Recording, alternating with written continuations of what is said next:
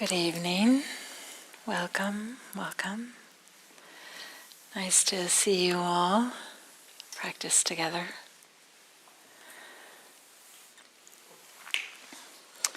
So tonight I would like to talk a little bit about a simile that gets used a lot in Buddhist teachings, but I'd like to look at a different aspect of it, a little bit different emphasis and a little bit different perspective than on what we normally hear. And you know what, Jim, can we have the volume go up just a little bit? I'm sorry I didn't ask you to do this earlier. Let's see how that is. I guess I have to talk to see how the volume is. I think that'll be all right, thank you. So the simile is the simile of the raft. And this is a loose translation. It goes, imagine a person in the course of a journey arrives at a great expanse of water. And the near shore is dubious and perilous, and the far shore is a sanctuary, free of peril. But there's no ferry boat or bridge to take them across the water, so the person thinks. What if I collected grass, twigs, branches, and leaves and bound them together as a raft? And then, supported by the raft and paddling with my hands and feet, I should then be able to reach the far shore. There's more to this simile, but I'm going to just stay with that. This idea that we are here and we can see, oh, there's some water that's going to be a trouble, and over there, not here, over there is where it feels like it would be safe and comfortable. And part of the reason why I wanted to talk about this is I saw a translation recently that used this word dubious. I just love this word dubious. And this idea that, well, unless where we are on this shore, it seems a little bit dubious and perilous. And I want to talk about that. But before I do that, I'll unpack a little bit, just at a very high level. I'm thinking in the next talk I'll continue on the simile of the raft and unpack some other elements, but just to give you guys a high level. This idea the person on a journey encounters a great expanse of water. So we could consider like journey is life, just in the course of life. And this great expanse of water is sometimes understood as like a flood, is something that's has a lot of power behind it, a lot of force going a certain direction. We can think of it as kind of like this overwhelmed feeling, or just being like swept away feeling. Sometimes that we get when we just feel like, oh, this is too much, and just getting carried away. And maybe this happens when we have some particular stress or difficulties, or maybe it's when we kind of like have some existential angst, when we realize, oh yeah, death's going to happen to us too. Or that we have a loved one that has a terrible diagnosis, or perhaps some terrible loss, grief with maybe somebody has died. And just this sense of, okay, this movement is happening and we can't stop it. There's nothing to do to stop it. It's just the way things are. We could also say that this great expanse of water is, in the Buddhist teachings, we might say it's this notion of ignorance, this thinking that we can control everything, that we can avoid everything that's uncomfortable. And then we realize, wow, I can't. Even though you feel like you're doing everything right, there's difficulties are arising. And I'll talk more about that. So being on a journey and coming across this flood, this big expanse of water, and then the near shore is uncomfortable too. The translator here is using the word dubious and perilous. I'll unpack that in a moment. But then there's this notion, or maybe it's intuition, or maybe you've some glimpses, or maybe you've heard some teachings that touched something deeply inside of you. There's this recognition, oh, there's freedom is possible. There's something different than the uncomfortableness that's being experienced on this shore. There's something else is possible, is available. Some freedom, some peace, some ease. This translator is using this word sanctuary, a place where there isn't the same suffering that we're experiencing. And then this whole notion of the raft, of what's going to take us from where the difficulties is to the peace, freedom, and ease. A number of ways we could translate that. Excuse me. And in this context, I'll say the path of practice, or we could say the Dharma, the teachings, the way things are, or maybe specifically some people would even say like maybe the Eightfold Path, or something like this is a way to get to the other side. So what I want to talk about is this near shore, where we are. The far shore is freedom and peace and ease, and we have maybe a sense that it's possible. Chances are you wouldn't have started a meditation practice or come to a meditation center unless there's something in you that has this idea, this belief that, oh yeah, it's something different is available. Maybe it's not clear what it is, maybe it's very clear what it is. But whether that's clear or unclear, what often is clear is like, oh, I'm here. Not in the midst of that peace and freedom and ease. And on a basic level, we could say that all beings think they should be happy, want to be happy, but most often find that they're not as happy as they would like to be, or think they should be, or as happy as they think they could be. We could say even that's one way of thinking about this near shore and far shore. I'm not as happy as I want, and I believe that happiness could be over there, and there's just something in between where I want to be. So one thing about this near shore is that it's uncomfortable. Because, right, if it weren't uncomfortable, if we were on a journey and we encountered a big expanse of water, we would just turn around or just hang out there and enjoy the view or the sound of the water going by. We would just enjoy it. But we have this feeling like, no, we want to be somewhere else. And that's part of itself, is part of the suffering.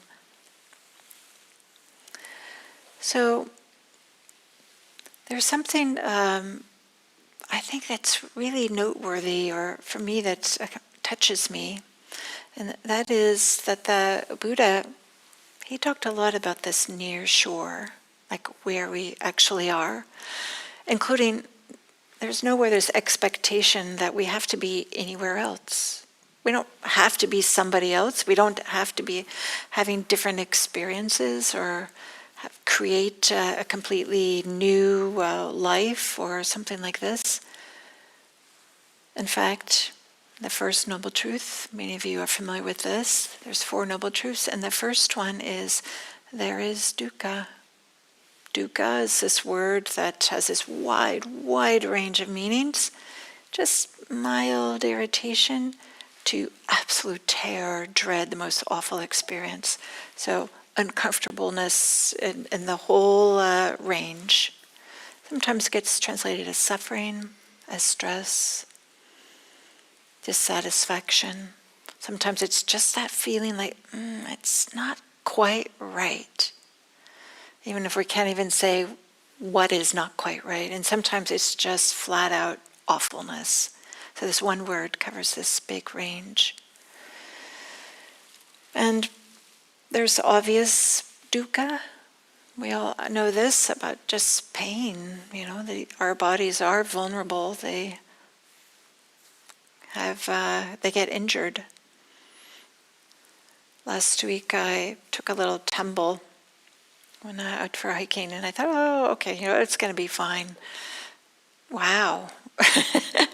Yeah, the bruising and I don't know, it just turned out to be, oh, okay, yeah, this is dukkha. This is what it means to have a human body, is to have some pain after taking a tumble for a hike. Like nobody's immune from this. Of course, this is what happens. Illness, loss, right? These are like the obvious things of dukkha. But then there's also like the subtle ones, just the way that things change. We think, okay, we finally got all our ducks in a row, and then something else happens. And it's like these ducks never quite stay in a row.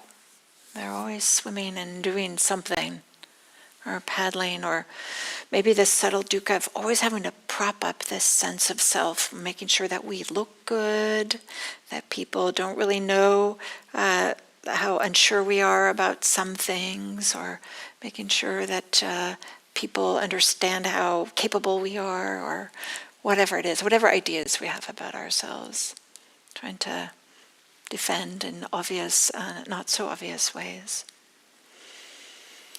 And I would say a subtle dukkha that turns out to be so prevalent, that supports the real set of dukkha, is this way that we're always trying to get away from the obvious dukkha. We're always have this resistance, the sense of, well, things should be different, things should be otherwise.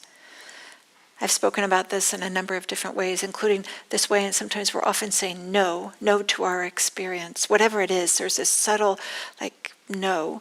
It should be tweaked a little bit, or no, it has to be different in obvious ways. And this, I appreciate this is the first noble truth. There is dukkha. And it's not to discourage us. It's not to say, like, oh, everything is suffering, you better just get used to it, It's not that kind of a feeling. Instead, it's just so that we can stop, like, blaming ourselves. So we can stop thinking like, oh, I must be doing something wrong because I'm having some uncomfortableness in my life. It's not that you're doing your life wrong. It's just that life includes dukkha. That's just the way it is. And part of our suffering, dukkha, is not really believing that. And this is a little bit what I want to talk about today. We tend to personalize it and feel like it's a personal failing when there's difficulties. I'm not saying that we can't do anything about it and everything we do is perfect and any discomfort we have is somebody else's fault. That's not what I'm saying at all.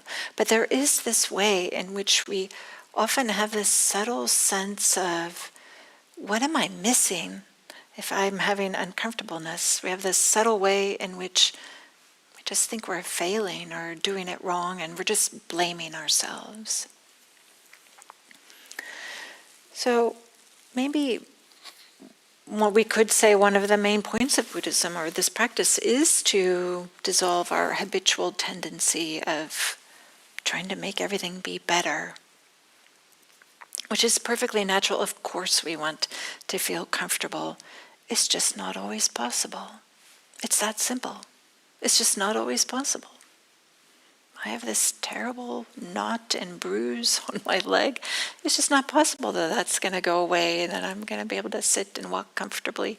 It's just not going to happen right now. So, this idea of the near shore where we are is dubious. I want to unpack that a little bit. Dubious, maybe we could define it as filled with false promises and an unreliable foundation for happiness and well-being. If anybody's interested, the Pali word is asankha. This is not a common word. We could translate the Pali as like suspect or unreliable or deceptive. And so what does that mean? What does that mean for us as practitioners? Sometimes we have this idea that, okay, well, if I'm using this expression, get our ducks in a row, but I could use this other word, like, if I could just get things perfect, or this perfectionism shows up in our life, think, okay, if I just meditate perfectly, whatever perfect is, right? That's a moving target, of course, also. But just these subtle ways we think like, well, clearly I'm not doing something right. I just need to do it more perfectly. Our life would go better if we were the perfect meditator or the knew the suttas perfectly, or had perfect retreats, or something like this. This is dubious because, of course, perfection isn't attainable. It's just this mere concept that we make up to say, well, whatever perfection is something over there. Clearly not what we're having because it's uncomfortable. And then if we were to come over here, then perfection would be just a little bit more something else, right? It's something that seems to be chasing after. Just look at people who, have a perfect amount of money. They have a lot of money, and then they're, oh, no, they need more. Or have a certain amount of fitness. Oh, nope, they need more. This inherent, just not being satisfied with what they have. So this perfection is unattainable, or just getting everything exactly all lined up. That actually doesn't exist. It's a little bit dubious because we often are chasing some external experiences to help us feel better, some validation from others, or some attainments, like I achieved this, I have that. We can attain anything. We could put the grasping for attainments onto any project. Meditation, to be able to count the breaths up to 10. And then once you do 10, oh, okay, now I need to do that again. Or need to sit so many retreats, or have so many meditative experiences, or something like this. Or meditate daily for so many days, or read so many meditation books, whatever it might be. But I'm sorry, this validation, so we kind of feel like these attainments, and then we let people know, oh, I did this. I sat a 3-month-long retreat. Look at me. And we feel like, oh, okay, that didn't quite work. Maybe it works for 1 second. And then oh, I'm still the same person. And, there's this way in which we often are looking for things outside of us to make us feel okay. Praise or love, attention from other people to make us feel like we're okay. And this is dubious because any sense of okayness that is built on things external to us, right? It's not reliable. Of course it isn't.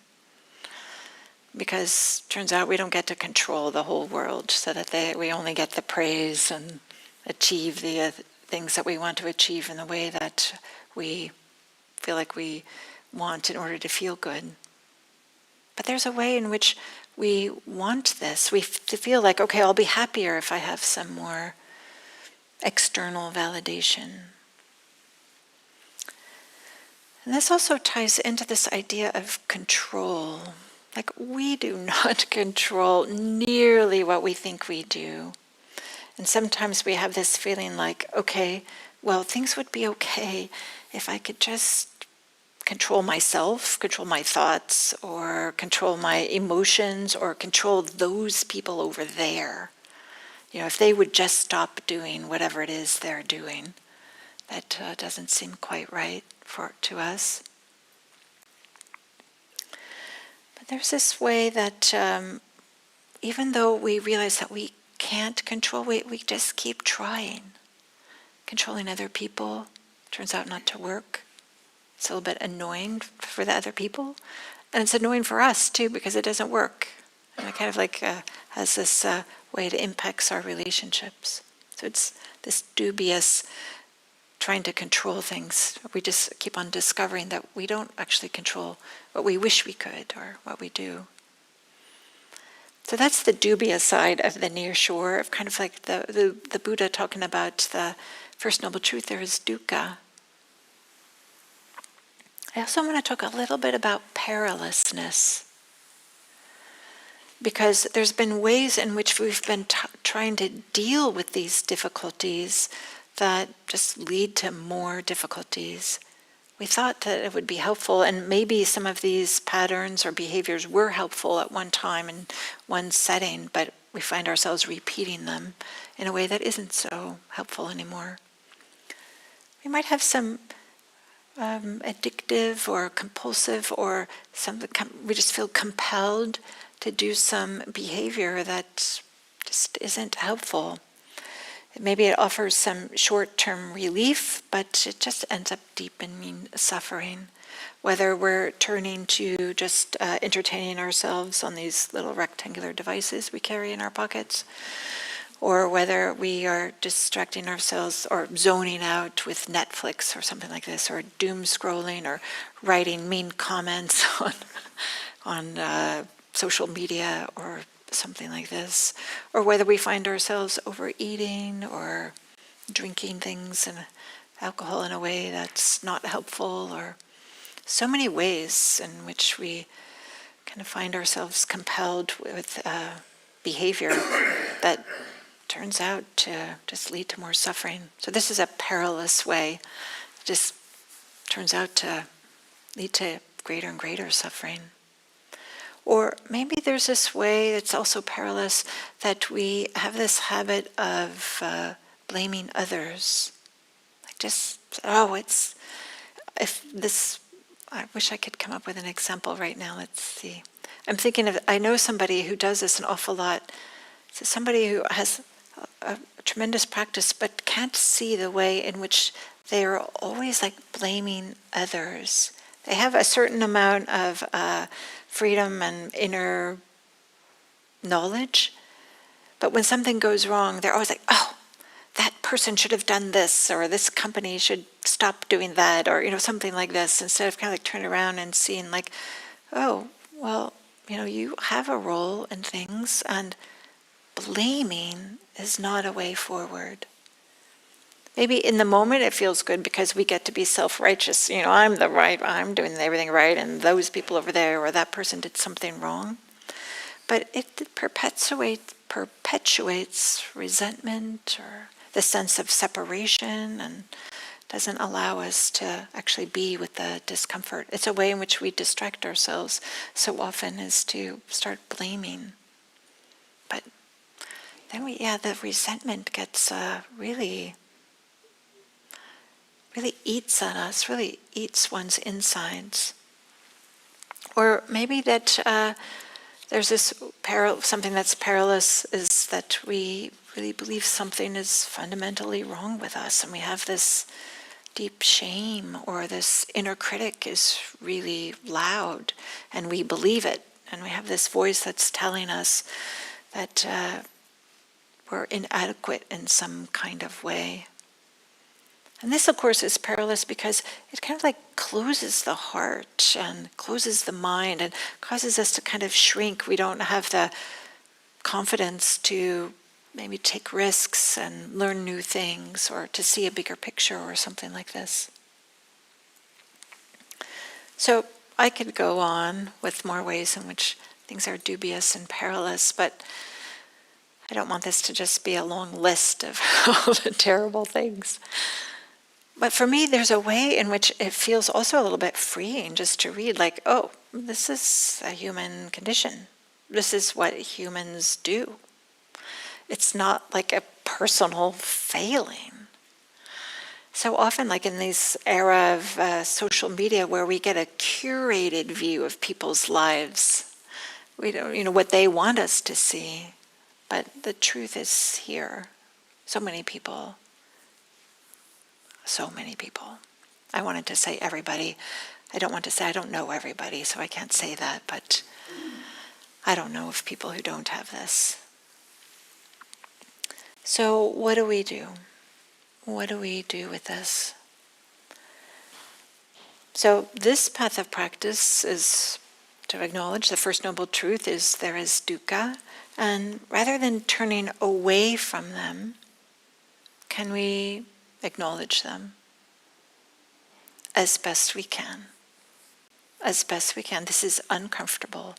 Just to say, to notice, like, to be with uncomfortableness and not distract ourselves, not blame others, not blame ourselves, not collapse into it, but just to be able to say, yeah, this is dukkha.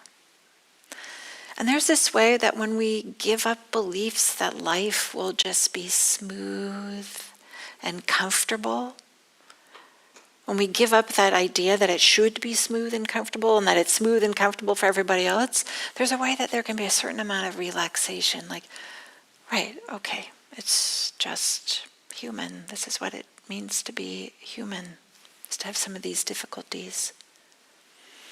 So what are some of the things that we can do? When we do kind of acknowledge that there's dukkha,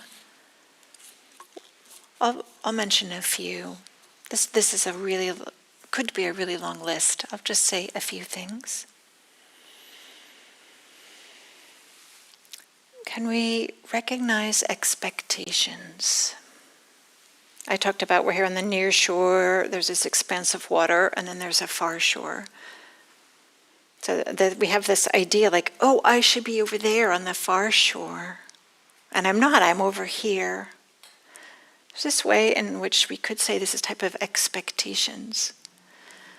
So in this simile, somebody is literally looking across water to the far shore. But often what's happening is we have an idea in our head.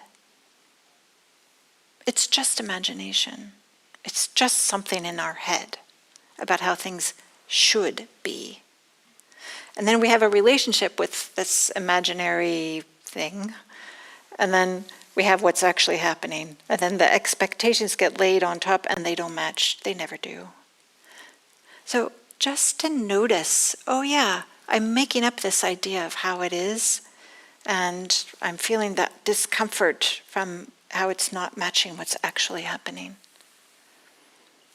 As best you can, notice your expectations and just say, oh, yeah, those are thoughts, and what's actually happening is that I'm hungry, or I thought that I'd be able to sit down for dinner, but now I realize that the neighbor needs my help right now and I'm going to go help.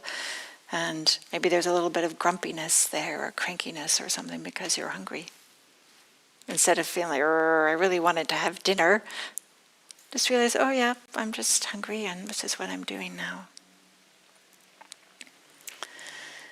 And then this way in which we can meet this what's happening here on the near shore, what's dubious and perilous, is can we meet it as best we can with care, with warmth? Can we welcome it as best we can? This is a tall order. This is so much what practice is about, is how can we actually be with what's happening. Meditation practice, we would say, is big part of it is to just build the courage and the capacity to be present in a warm-hearted way, instead of saying, dang it, dang it, dang it, dang it, just being like, oh wow, yeah, this is hard. And just to acknowledge this is hard, and can we be okay with that? I keep on saying as best we can, because what I'm pointing to is not something that's we're just going to start doing immediately, or we'll change everything tomorrow. But there's this way that meditation practice really trains us this non-resistance and presence.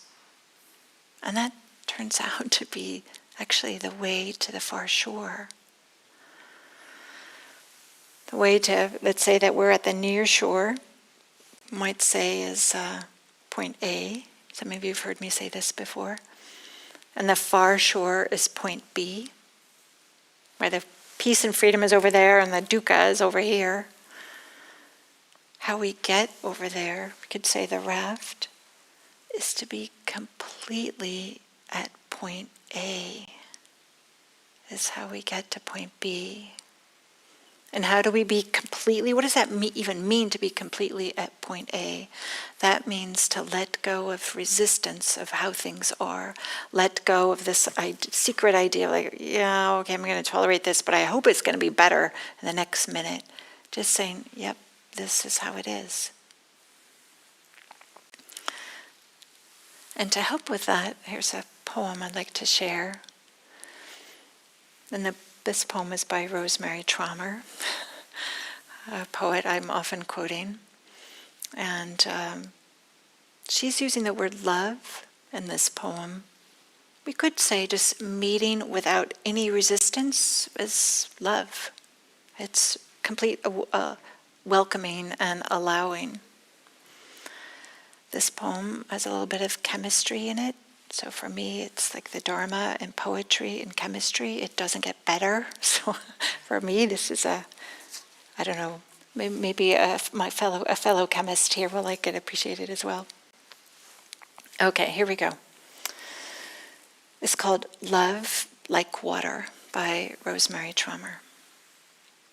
Love like water. We could say the pain was a block so great it could not be moved. We could say love did not try to move it. Love simply dissolved the mass and surrounded it, the way water meets a block of salt, breaking apart each ionic bond until every atom of sodium and chloride is surrounded by molecules of water. And in this way, and sooner than you'd think, the pain was rearranged into minuscule bits, and there was no part of the pain that was not touched by love. The pain was no less, it's true, but mixed with love, dispersed, the pain became something new, something vital, that encouraged a different kind of life, a substance that supported buoyancy, a medium to carry me.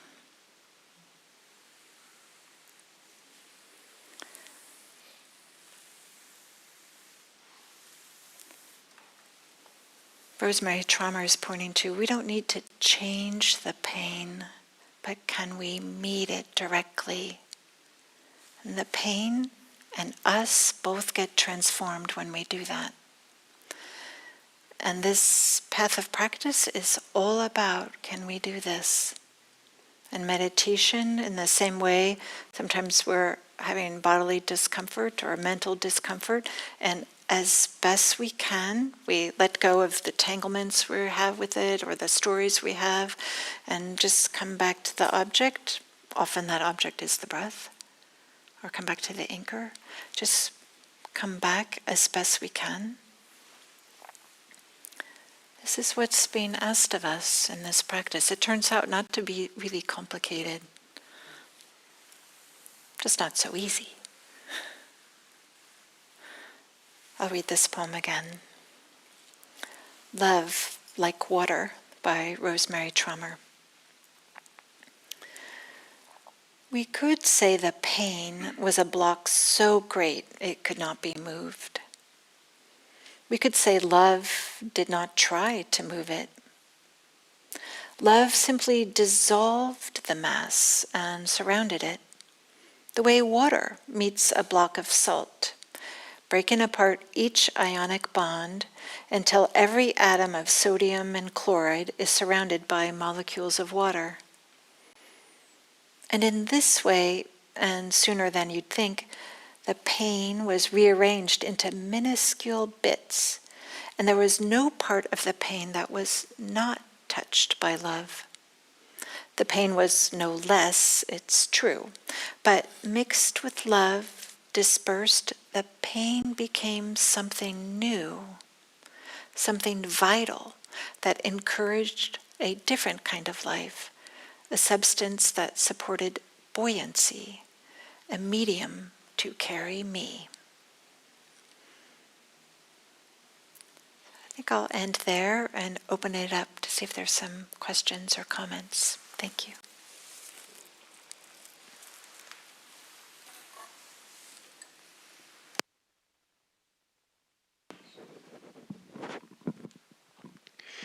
If we're in a relationship or even a job or career, and we find that it's causing aggravation in some way or suffering in some way, how do we know whether that we need to find a new relationship or a new job, or whether the issue is actually that we're just not being mindful and present for what we're going through now? Do you have a sense? What would you say? It's tough because, if you're suffering, I'm not always sure whether it's something I need to make a life change, or if it's just me not with the right perspective in the current situation. It's very challenging. I find it to be very challenging. Yeah. So there's a way in which we can have this idea about a new relationship, a new job, or whatever it might be.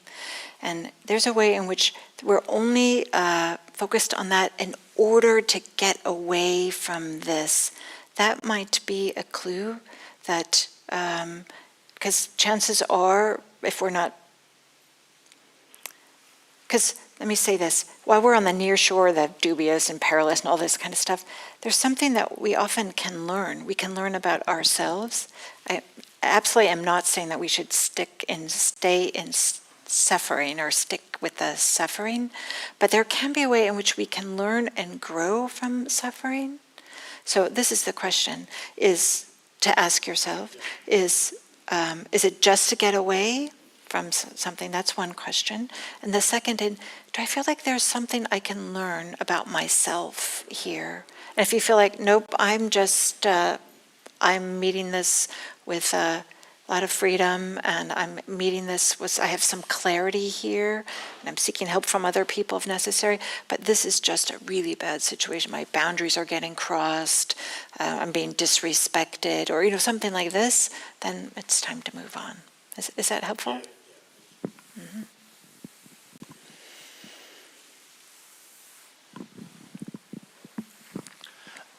You're talking about this practitioner that tended to place blame on other people.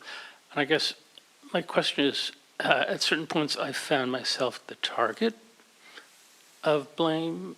Despite whatever efforts I make, the blame remains there. So I guess I'm just wondering any guidance on how to be in relationship with somebody who receives their the view blame. is blame. Oh yeah, who blames you? Well, this person I'm thinking about sometimes blames me for things. Right. I try to think, well, what do I do? Yeah, it's funny. I just think like, oh, isn't this interesting? This person's blaming, but I don't know. I don't take it personally. I just feel like, oh, this is the way that they're trying to deal with this discomfort, and I don't defend myself. I just, and I don't try to make it better or do something different. I don't know if that's helpful at all, but I just say like, wow, okay, so they must be uncomfortable because there's blaming going on here. And I don't defend myself because I just feels like that just kind of like it validates the blame in some way to even start that conversation about don't blame me or something like that. Yeah, thank you.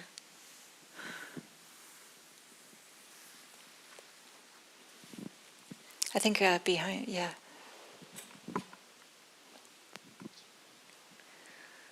My question was with regards to navigating giving advice to somebody in a crisis situation.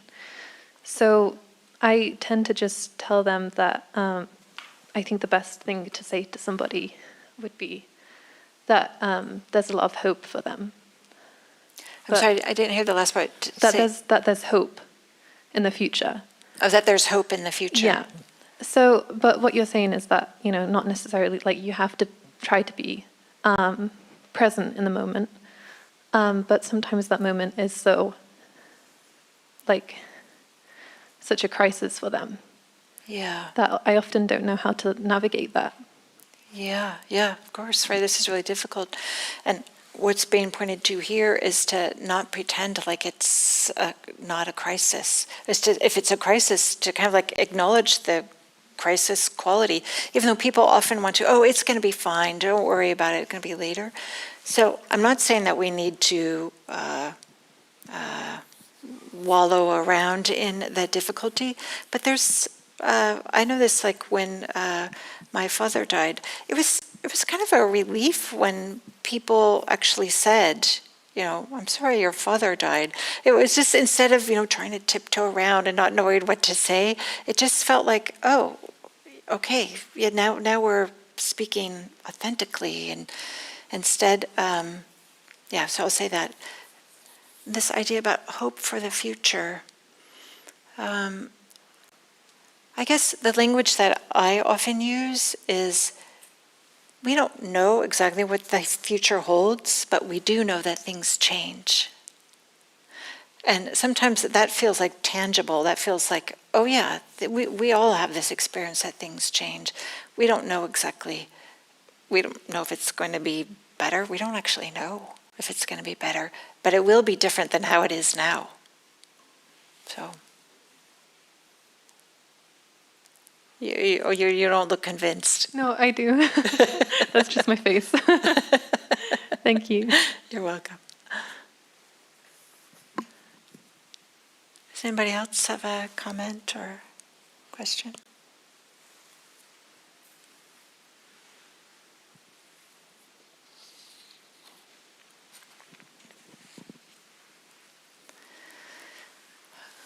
Okay, so thank you for your attention, and I'm wishing you a wonderful rest of the evening and safe drive home. Thank you. Good night.